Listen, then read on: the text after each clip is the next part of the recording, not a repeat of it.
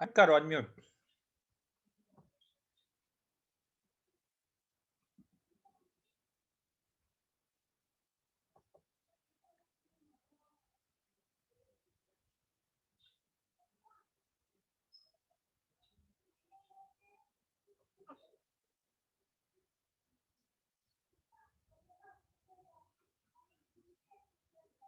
हमें रावण के ऊपर या राम के ऊपर, इन दोनों में से जो वेजिटेरियन जो है, तो पूजा किसकी करनी चाहिए? रावण जो था वो गाय की पूजा करता था, राम जो थे वो गाय की पूजा नहीं करते थे। ऐसे कई सारे रेफरेंसेस हैं। रामायण के वक्त दूध का इस्तेमाल कम होता था। हम ज्यादा कोई लोगों को आप ऐसा नहीं सुनेंगे कि जो इन्होंने दूध पिया है। दूध का एंशिएंट टेक्सचर्स के अंदर सबसे पहला रेफरेंस जो है, दैट इज रिलेटेड टू ऋषि उपमन्यु। उपमन्यु ऋषि जो है, सबसे पहले हमें एंशिएंट टेक्सचर्स में ये रेफरेंस मिला है कि वो दूध पीते थे और उनको जब दूध नहीं मिल रहा था तो उनकी माता पानी में आटा मिला के सफेद लिक्विड बना के उनको पिलाती थी। That was the first reference which is available for the milk in ancient textures. इससे पहले कोई भी हमारे जो हम जिसको भगवान मानते हैं या हम जिसको ईश्वर मानते हैं या फिर हमारे पुराणों में कहीं पे भी दूध के बारे में ज्यादा रेफरेंस नहीं है कि वो लोग दूध पीते थे।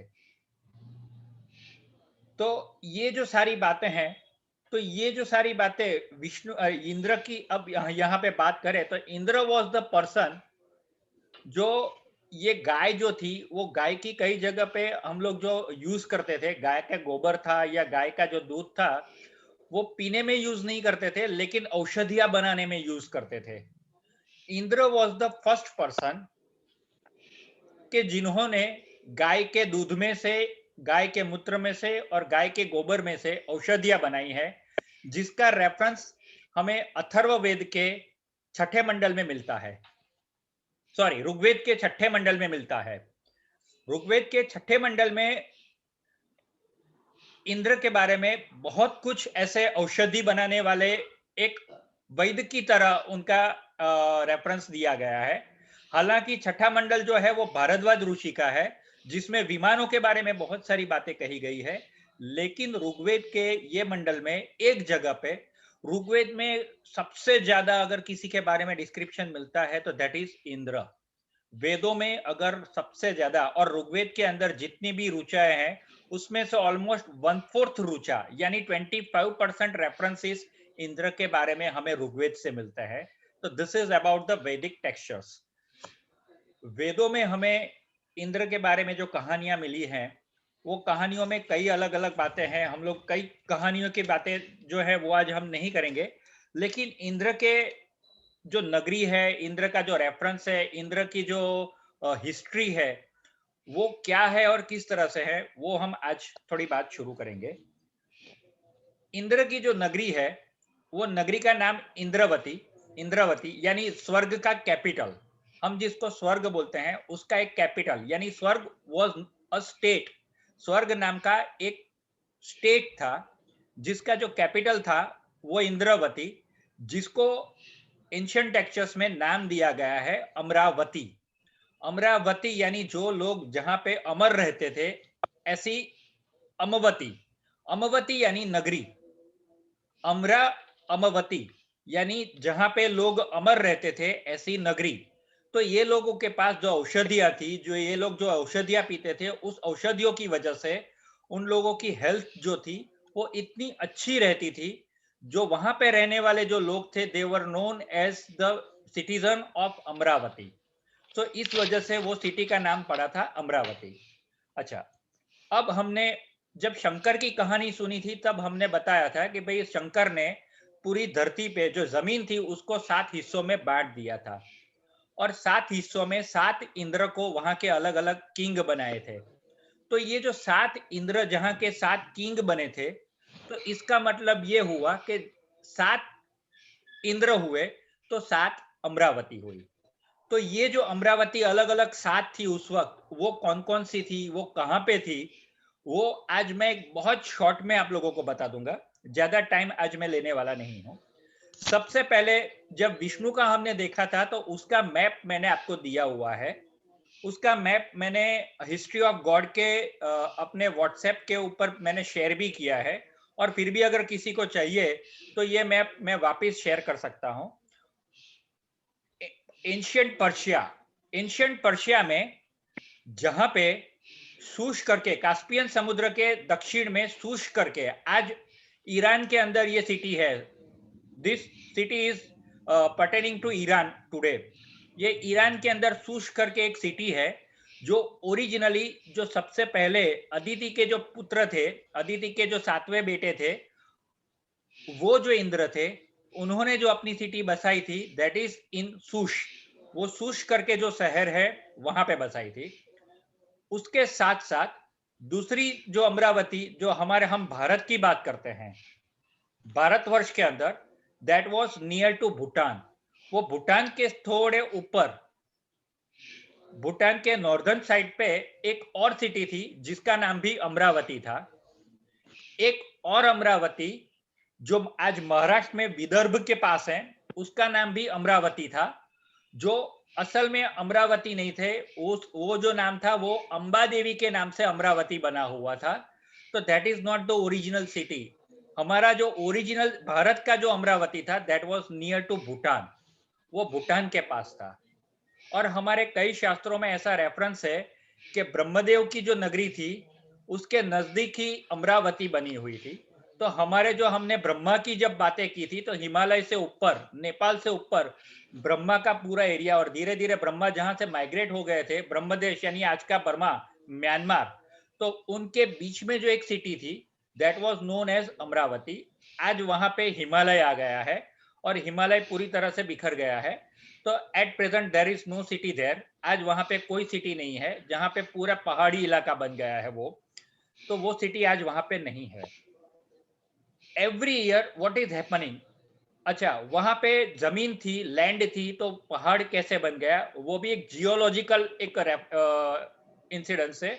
तो जो जमीन थी वहां पे पहाड़ कैसे बन गया, तो हर साल जो जमीन है, जो लैंड है, वो एक टेक्टोनिक प्लेट है, और वो प्लेट हर साल समंदर में सदर्न साइड से नॉर्दर्न साइड पे मूव होती है। एवरी ईयर 16 सेंटीमीटर वो सदर्न साइड से नॉर्दर्न साइड पे मूव होती है। तो जैसे जैसे वो नॉर्दर्न साइड पे उत्तर की तरफ मूव होती है, तो जो जमीन होती है, दो प्लेट होती हैं, वो एक दूसरे से टकराती है, और टकराती है तो वहां पे क्या होता है, एक पहाड़ जैसा बनना शुरू हो जाता है।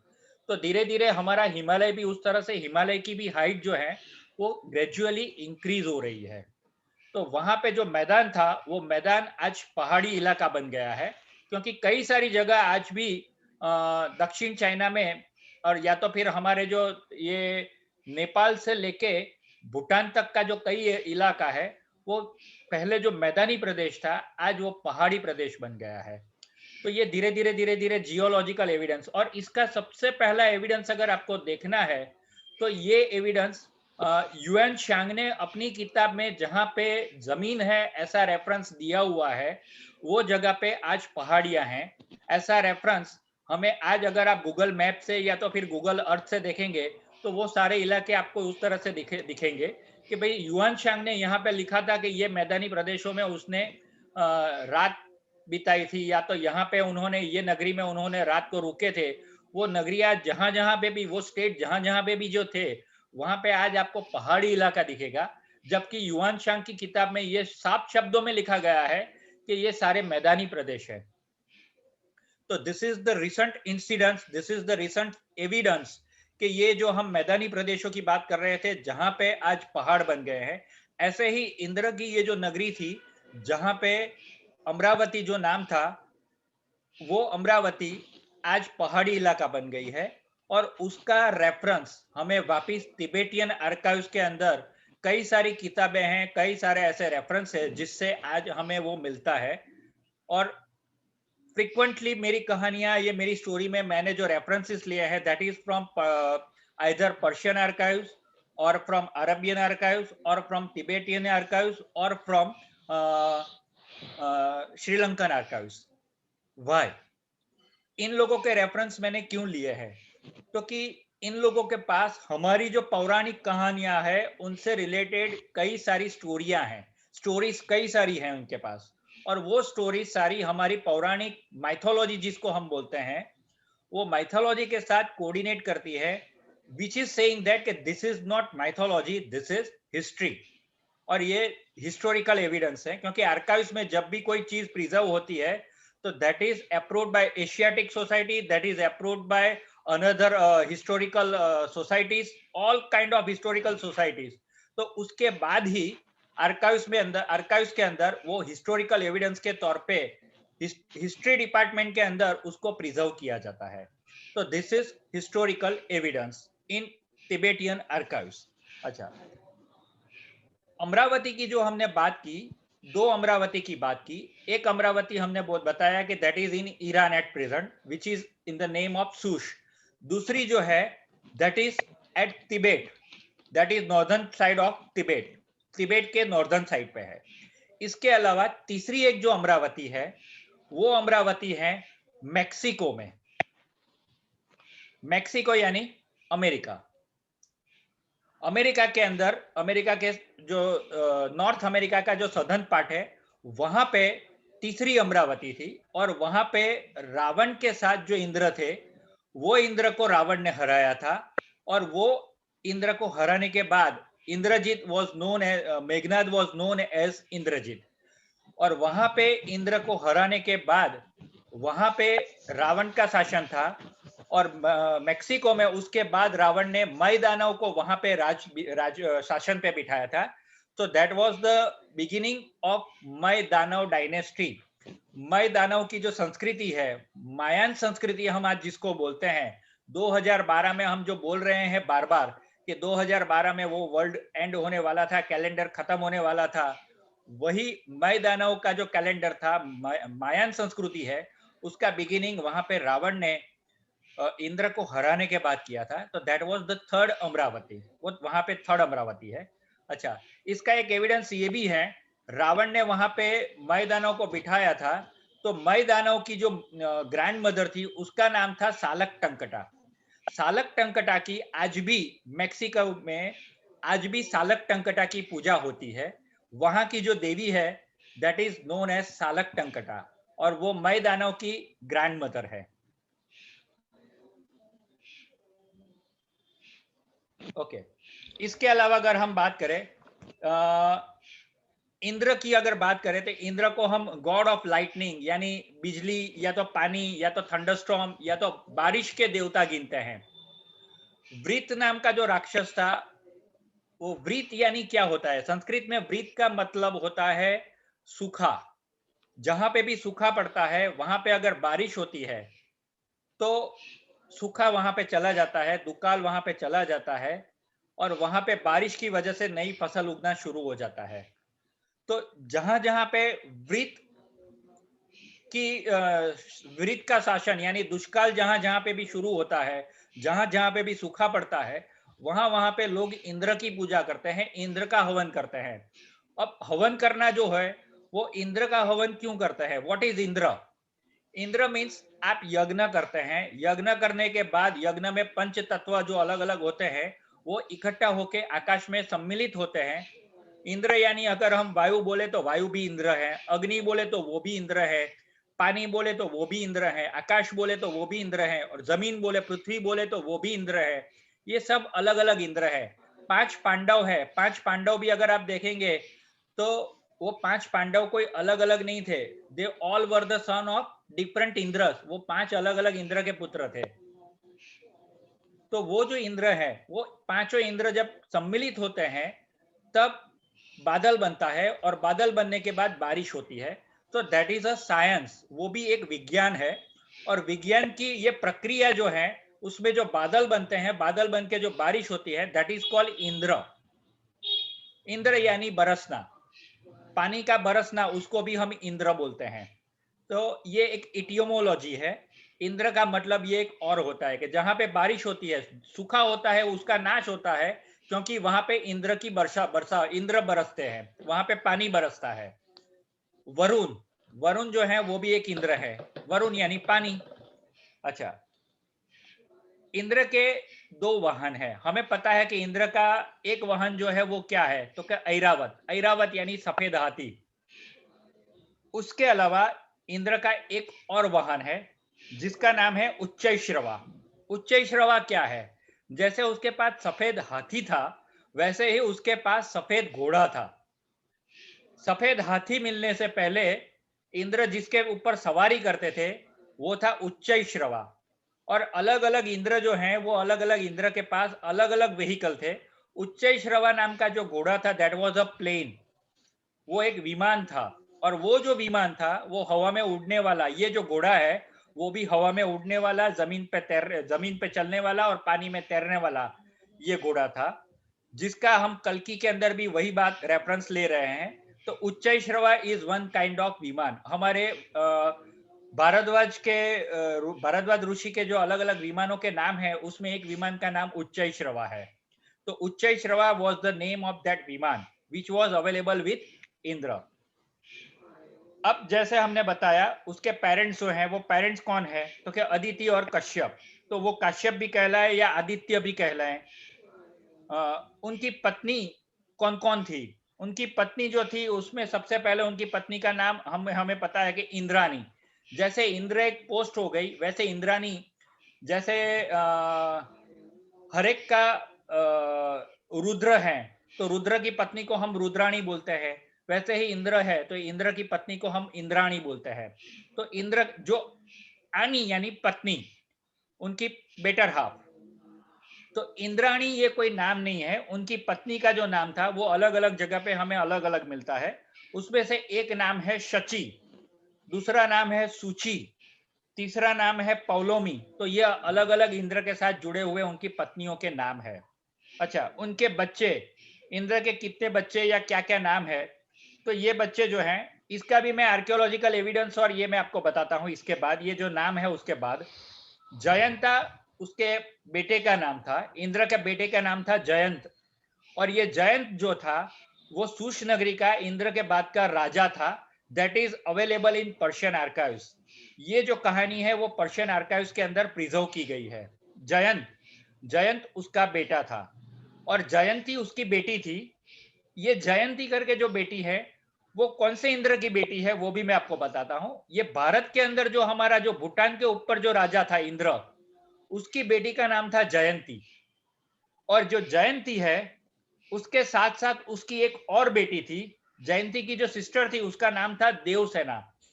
देवसेना जिसकी कहानी हम कार्तिकेय, शंकर के बेटे कार्तिकेय के साथ जिसकी शादी हुई थी, वो कार्तिकेय की पत्नी का नाम है देवसेना जो इंद्र की बेटी थी। अच्छा, इसके अलावा हम इंद्र के दो और बेटों की बातें करते हैं जो मानस पुत्र थे। एक था, रामायण के अंदर ऐसा एक पुत्र है जिसका नाम है वाली, और महाभारत के अंदर उसका एक बेटा और है जिसका नाम है अर्जुन। यानी वाली और अर्जुन ये दोनों इंद्र के पुत्र थे, ऐसा रेफरेंसेस मिलता है। अच्छा, अलग अलग देशों में भी अगर हम इंद्र की बात करें तो जैसे मैंने बोला कि जो 7 अलग अलग द्वीप थे तो 7 द्वीप में अलग अलग नाम दिया गया था, तो वो उनके अलग अलग हिस्ट्री के अंदर भी उनको अलग अलग नाम से प्रिजर्व किया गया है। They are the god of that culture. जैसे ग्रीक के अंदर हम उसको जियस के नाम से जानते हैं, रोमन के अंदर हम जुपिटर के नाम से जानते हैं, नॉर्स के अंदर हम थॉर, थॉर करके जो पिक्चर आज आती है बच्चे देख रहे हैं, Thor, Thor is the same version of Indra, that is in Norse culture. सेल्विक culture के अंदर पेरुन या प्यूरन नाम है उसका। जैनिज्म में शुद्धम कल्प, जैनिज्म में शुद्धम कल्प ऐसा नाम है इंद्र का। बौद्धिज्म में इंद्र को इंद, इंद ऐसा भी नाम, क्योंकि पाली के अंदर रकार नहीं है, कहीं पे भी पाली के अंदर अगर आप बोलेंगे तो रकार नहीं है, तो रकार की वजह, रकार नहीं है उसकी वजह से इंद्र नाम की जगह पे वहां पे इंद ऐसा नाम लिखा गया है।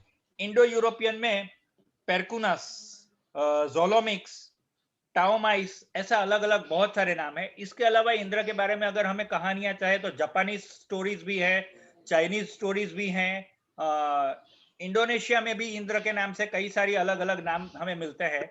तो दीज आर द एविडेंस के ये सप्त द्वीपों के अंदर भी उनके खुद के अलग अलग जो राजा थे, they were known as Indra.